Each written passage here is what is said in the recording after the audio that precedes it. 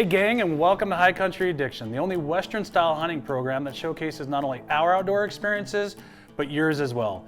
We're all about family, friends, and tradition, and I'm your host, Ryan. And I'm Jared. Wait a minute, where the heck is Alfred? You know what, Ryan? Alfred was lucky enough to draw a once-in-a-lifetime oryx hunt down on the White Sands Missile Range, so he's not here this week. Poor guy. Here I am. Poor guy. Well, hey, glad to have you, man. I'm excited to be here, Ryan. Thanks for having me. So that kind of reminds me of my first oryx hunt. I wanted to take my bow so bad to kill an oryx, but as you know, it's a 2-day hunt. I didn't want to take the chance. So when it comes to hunting rifle or bow, what's your preference? I'm a huge archer, man. I have this passion, I've always had it. I was about 11 or 12 years old when I bought my first bow, and I've been addicted ever since. I couldn't agree with you more. I totally agree. So if any of you out there have never been hunting and would like to know more about it, come with us as we take you out west on a high country expedition. That's right, guys. We have 2 long hunts for you, as well as some viewer submitted footage. And we also have some high country approved product to show you, but before we do, let's check out our first clip. All right, guys, get ready, kick back, relax. We're gonna take you on a little adventure with Robert in Arizona on an archery hunt. We'll go into a little bit of detail as we watch Robert try to put a big old bull to night-night.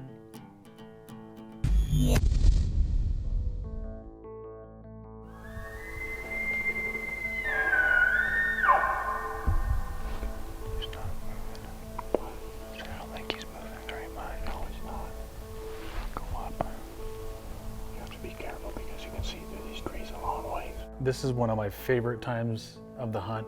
Sun's coming up and those bulls start going kind of crazy. Yep. Yeah, and you're walking this way, bulls over here. You walk this way, bulls over here. Usually how it works. Yeah. Game of cat and mouse.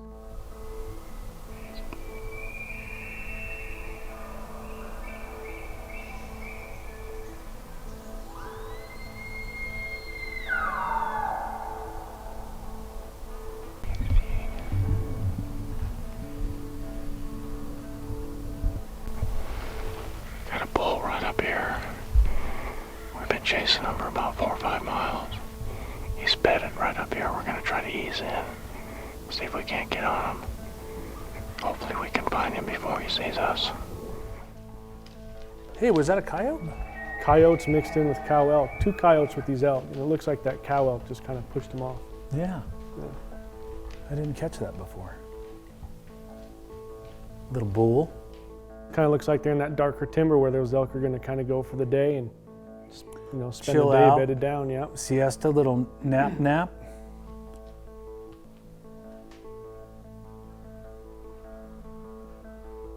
So this is a really cool part. You can see the adrenaline starting to kick through that bow. Yep.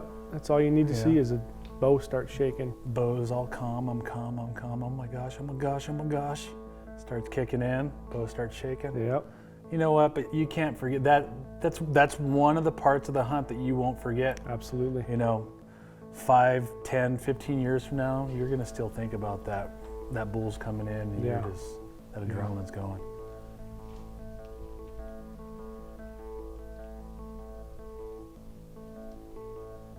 So we got a little bull that's set up right here. So first day, nah. Second day, nah. You know what? I have a motto that I wouldn't pass on the first, that I'd shoot on the last. So if it's the first day and that bull presented a shot, I'd probably take it. Because if it was the last day, I'd still take it.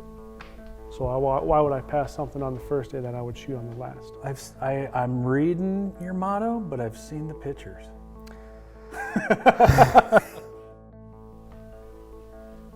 So this cow just decides to bed down 10 feet away from this guy. Yeah, this is a good idea.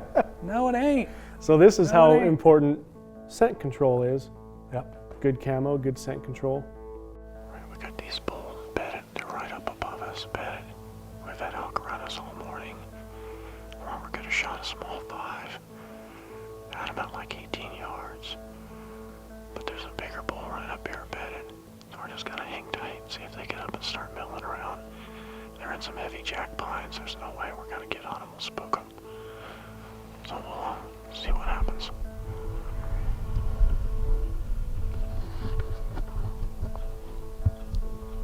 It must be a couple days into the hunt because I've seen that look on my face before, and that's wore down. You've been working hard.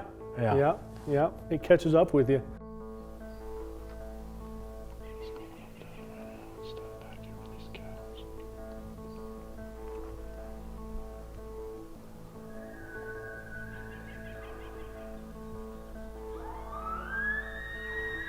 Bulls are going crazy. Yeah. That's a bull I definitely wouldn't pass up on the first day. Absolutely not. You know what I really like about this situation having you here? Is you say absolutely almost as much as I do. Oh, absolutely.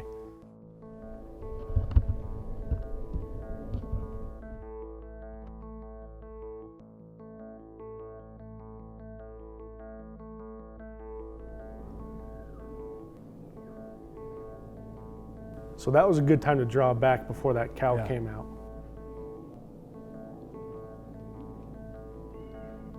Hey, Yeah. stop that right there. All right, so here's our scenario. He's got a bull coming in. Yep. Chances are he's got a cow too. So he pulls back and gets set, and he did it right at the right time because those lead cows, when they come through, are so alert and aware. Absolutely. I've been busted so many times by one lead cow. Yep. The rest of the herd didn't even see me. Right. I reach over to turn my camera or adjust something, and that cow registers, and then my shot's gone. So go ahead and start it up. That is an opportune time. He did a really good job of getting set up. And this is where you have to work in the off season. Yeah. You pull that bow back, you're not going to hold it 5-6 seconds. You want to wait and wait and wait and wait, and that's a really good exercise to do throughout the year. Yeah, you pull back your bow and try holding that thing back for 2 minutes, Yeah. you're going to be hurting.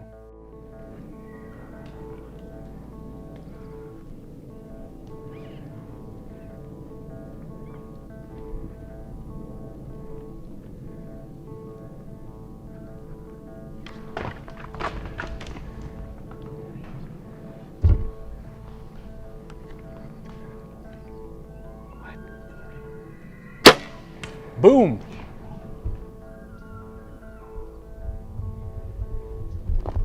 And this is always the hard part, is after the shot. Waiting. Man. It's torture.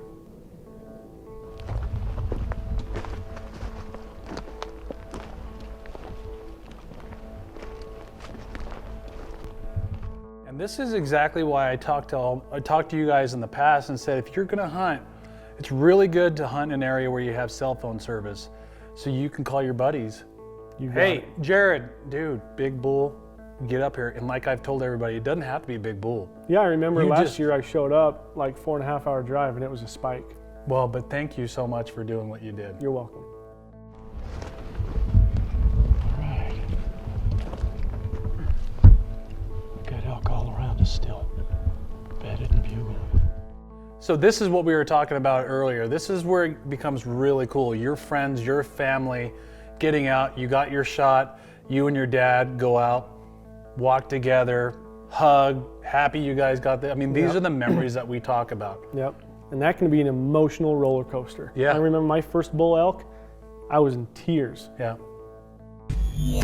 Robert sure had a lot of elk around him on that hunt. Have you ever had that many bulls around you at once? Not exactly like that. And then to have a cow bed down in front of you, what do you do at that point? You know what, man? If I were in that position, I would hunker down, hopefully have some good scent blocker clothes on, wind direction spray, and just play it out, see what happens. I think that's where the siesta nap comes in. You got that right. All right, guys, stick around. We have another long hunt for you, as well as some viewer submitted footage.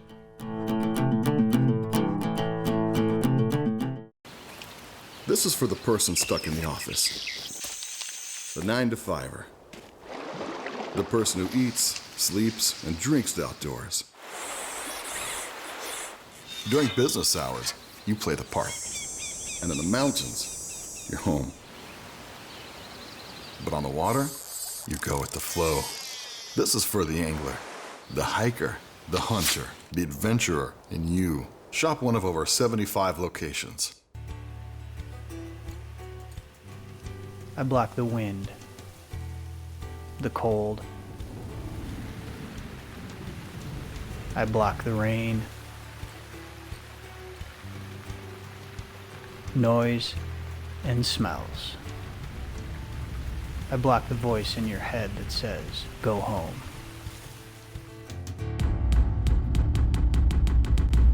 Scent blocker.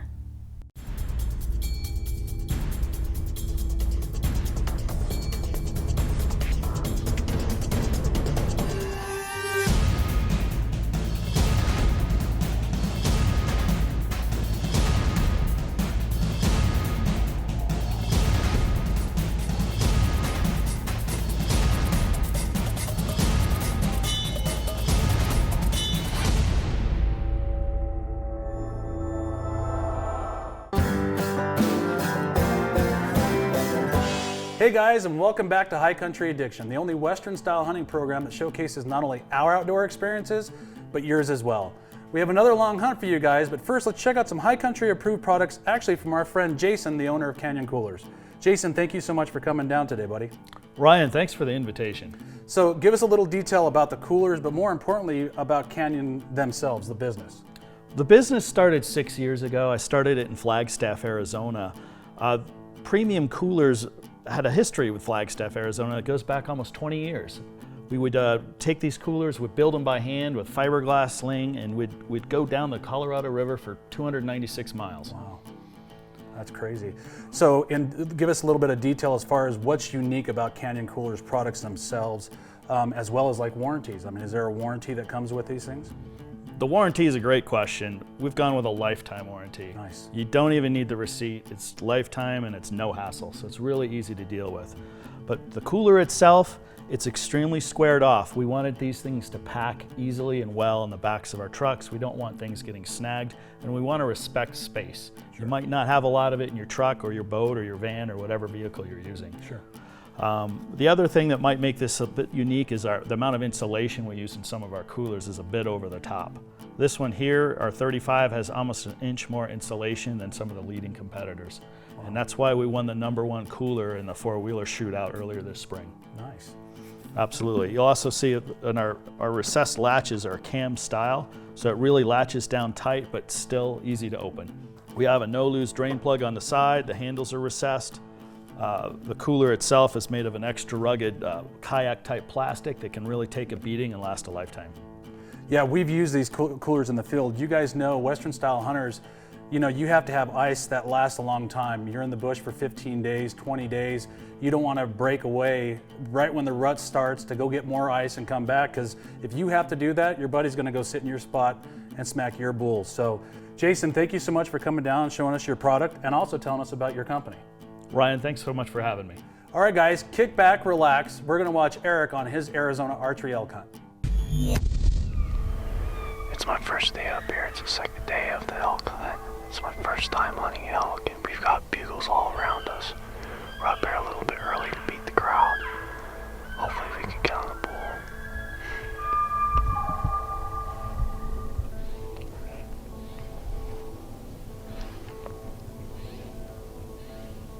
I don't know. I mean, I can go anywhere and hunt elk anywhere in the United States, but just the way New Mexico, Arizona looks, Yeah. yeah, it's unique.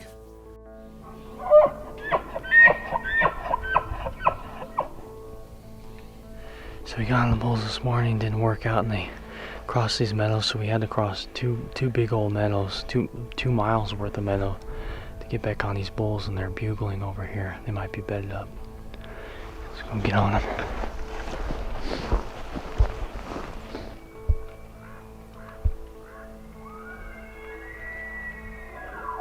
All right, so we already got elk coming through the trees, set up.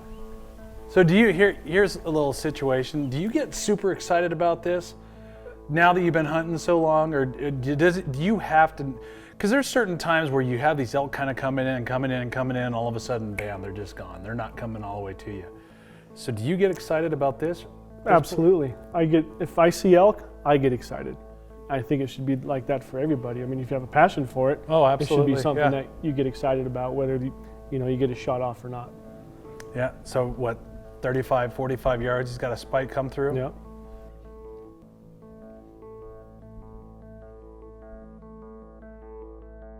This is always good too, of utilizing those elk that come through to make sure your wind direction and all that stuff. I mean, making sure that they don't bump and take off. Yeah. And another good thing I notice is it looks like the sun's at his back. Yep, So those elk are going to be a lot less likely to see him when they're looking in that sun. that's right.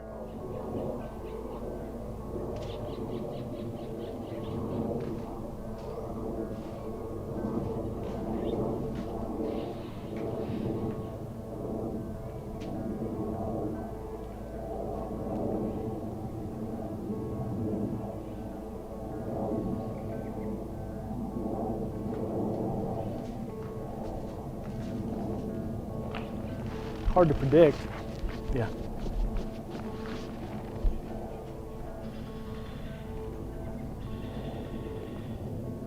this is a public land hunt right here. Yep. You're not going to overcall.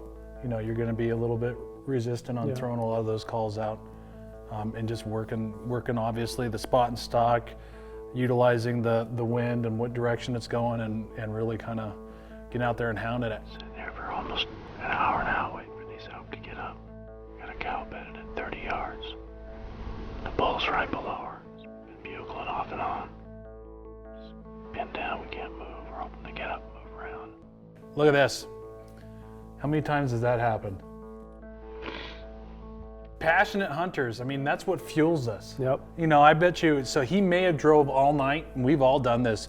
If you're passionate about hunting, you drive all night, you get out there, you sleep for maybe 30 or 40 minutes, you get up and you go. Then you're going. But man, you know, we all get at that point where we're super tired. Yeah, it'll drain you. But all of a sudden you have one bull come through, start bugling, That's right. get a herd of cows coming through, and it's like it didn't even happen. Yep. You're ready to go again. Especially the bulls that he's looking at That's right a now. game changer. Yeah, that That's was right. a stud bull. It almost looks like a little bit lower country. You know, it's fairly open. Some pinyon junipers, some cedars. 2:46 in the afternoon. How common is that to see bulls moving? The last couple of years, I've kind of noticed a little bit of movement, different times of the days that I would have never expected. More so last year, we saw some stuff that was really early and late morning. We were Sure. catching a lot of action 10, 11 o'clock in the morning on the Sure. game cams. Yep. You know, if you guys can get out on your water hole or the area that you know the elk are coming through and just set up. A lot of guys go out there and they do their 8 o'clock, 9 o'clock hunt, head back, make their carnitas, Yep. breakfast burrito, throw their salsa on there and their green chili, hang out, talk about it. You Go know, back out at 5 go o'clock. back out, and here's the funny thing: you go back out, you check your game cam, and 20 minutes after you left, Yep. you had a herd of whatever came through, whether Yep. it's 2 or 3 bulls and 18 cows or one big old bull. You know, like we've said numerous times, you've waited 365 days. You know, you can get your carnitas later, man. Yeah, absolutely. You're going to need them packing out a 800-pound bull elk. All right, so he pulls back before that bull sticks his head around that tree. Yep. And that bull could stop behind that tree for 3 or 4 minutes, and he has to be prepared for that. Yeah. What should I shoot him for? He noticed that he had a kind of a low shot. He dropped his bow when he was actually releasing, and he caught that. The cool thing was, in talking with them and finding out, they rewound that video, which this is another good reason. You get out and videotape your hunts, and sure, you can submit them to us and we'll put them on there. But another good reason to have a video camera is if you're questionable about that shot, all you gotta do is play it, rewind it, Yep. and play it and see what you exactly did. where your shot went. There's a lot of times you're like, I swear I hit him. I swear I hit him. Yeah. And then you'll see that little twig, you know, 40 yards out there shaking a little Yeah. tiny bit. So it's a good idea to always carry a camera with you. Absolutely.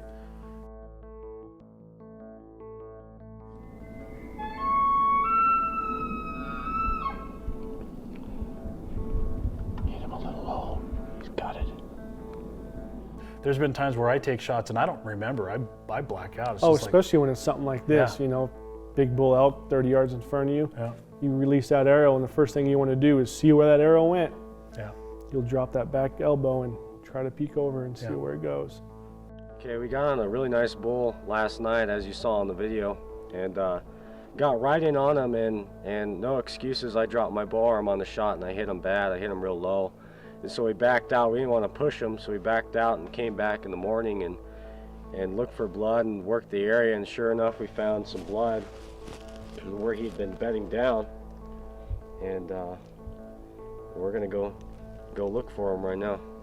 They didn't want to push it anymore. No. So they literally packed up, left, came right back on it the next morning. Check him out, right there. Check him out. There he is. So we talked about judgment. This is a good, for people that aren't 100% experienced in trying to judge elk, you go off fourth. What we've talked about as far as what fourth is this gives us a really good view on the side. You count 1, 2, 3, 4. Look at that extension on that fourth that he has. Typically when you have something that's that large, you know it's a quality bull. Yep. When you have an elk coming through tree lines similar to what he had, you don't necessarily have the opportunity. If you're a trophy hunter, you don't have the opportunity to pull back and sit there and go, oh, yeah, yeah. So what I do is I focus on that fourth. Yeah. As soon as I see that fourth and it looks like it's a decent size, that's Yep. when that arrow is going, because you have a split second. Wood fired, just the way Mother Nature intended cooking to be.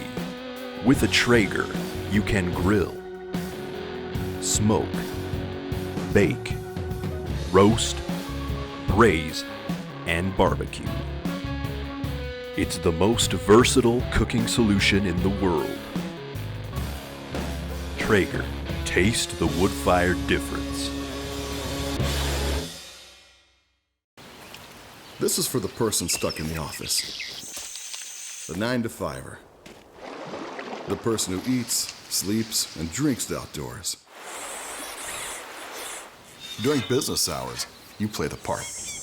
And in the mountains, you're home. But on the water, you go with the flow. This is for the angler, the hiker, the hunter, the adventurer in you. Shop one of over 75 locations. Hey gang, and welcome back to High Country Addiction, the only Western style hunting program where you can submit your own footage and possibly be the star of the show. And remember, if you have video that you want to be featured on the show, follow the link on the screen, and if it's good enough, you'll see it right here. That's right. This next one's really cool. A friend of mine, Ed Ponzini, poor guy, books a trip to Alaska. That's a dream hunt of mine. You know what? I'm not going to say anything else. You guys just kick back and relax and watch what unfolds. All right, baby, here we go.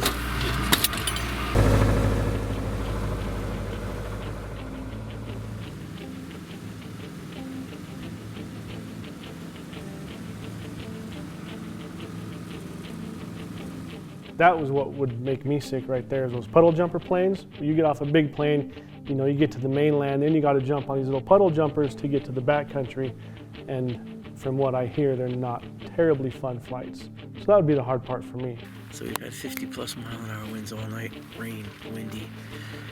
It's been a rough, I guess, 8 hours or so.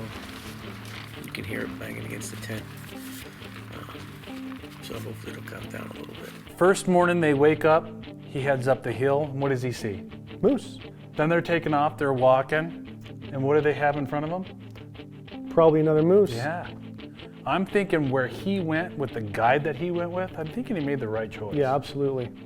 Look how open that country is. These guys can see for miles and miles and miles. Hillside, glancing over, looking at your terrain, fog's lifting. You know, I think they're thinking today's probably going to be a good day. Good day. All right, so this is where it comes down. This is do or die. That's where it happens. Yeah. Look at the size of that guy.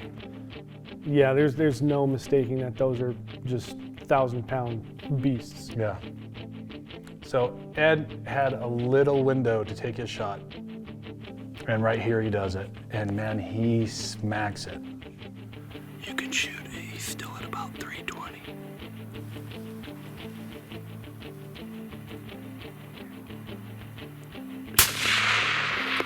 Dropped him. Yep. So it just drops. Oh, And that's what you want. that's what you want right there. Yep. And I know, I apologize, but I would have did the same thing. I don't think his guide was ready for him to shoot because there was just a little window. Man, he scared the heck out of him. Oh yeah. All right, stop it right there. So a lot of times we do this stop and go. It's our thing. You know, we're talking about the elk and this and that. Yeah. Look at Ed's face. Man, Ecstatic. that's priceless right Yep. there. Zach, that was unbelievable. Dropped him in his tracks. Right here, this is a cool little thing that Ed does. Every time that he harvests an animal, he carries a picture of his family, and he actually leaves that picture and GPSes it. So he's got all these pinpoints all over the world. Oh, no where kidding. He's been hunting. I'll be darned. That's a cool little thing. That is pretty neat. There's your tradition right there. I am absolutely envious of that hunt. We should just pack up, not tell Alfred, and go to Alaska and go hunting. You know what, Ryan? On your dime, I'm there. Yeah, it's not gonna happen. Well, it was worth a shot. But remember, if you have a hunt that you want featured on the show, submit it to us here, and you might see it on a future episode. That's right, guys. Up next, reflection time. So stick around after the break, check out some more High Country Addiction.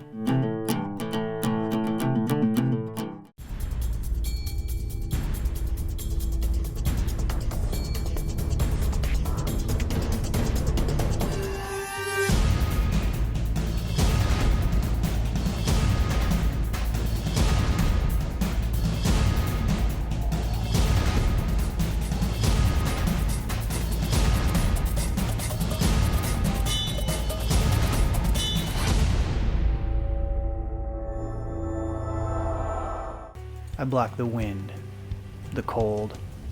I block the rain. I block the voice in your head that says, go home. Scent blocker. Hey gang, and welcome back to High Country Addiction, the only Western style hunting program where you can see 2 big old elk get dropped and a moose. I'm your host, Ryan. And I'm Jared. All right, reflection time. A cool part of the TV show where we actually get to kick back, relax like you guys got to do when you guys were watching all the hunts. So first hunt with Robert, he pulls back when that lead cow's getting ready to come through the trees. Never even saw him. He waited and took a perfect shot. Eric, he took a shot and felt it was bad. They got to rewind the video, watched it, realized it was a bad shot. They gave that bull a little bit of time. They realized in the evening that it just wasn't going to happen, so they waited till the next morning. And man, when they found that bull, that was a monster. Sure was. Ed, man, so proud of you, buddy. You get to live your dream, go out to Alaska, do a big old hunt like you did, and be successful and have all the action you had. You know, and taking the shot that you took, nobody even knew it was going to happen. You even scared the heck out of your outfitter that was videotaping. Really good job. Yep, that's definitely a dream hunt. And remember, it's always important to respect the animals we hunt and pass that on to future generations. Well said, Jared. Right now, let's take a sneak peek on what's to come next week on High Country Addiction. And once again, submit your hunting footage and maybe next time you'll see it on a future episode. All right, remember, family, friends, and tradition. We'll see you next week on High Country Addiction. See you next time.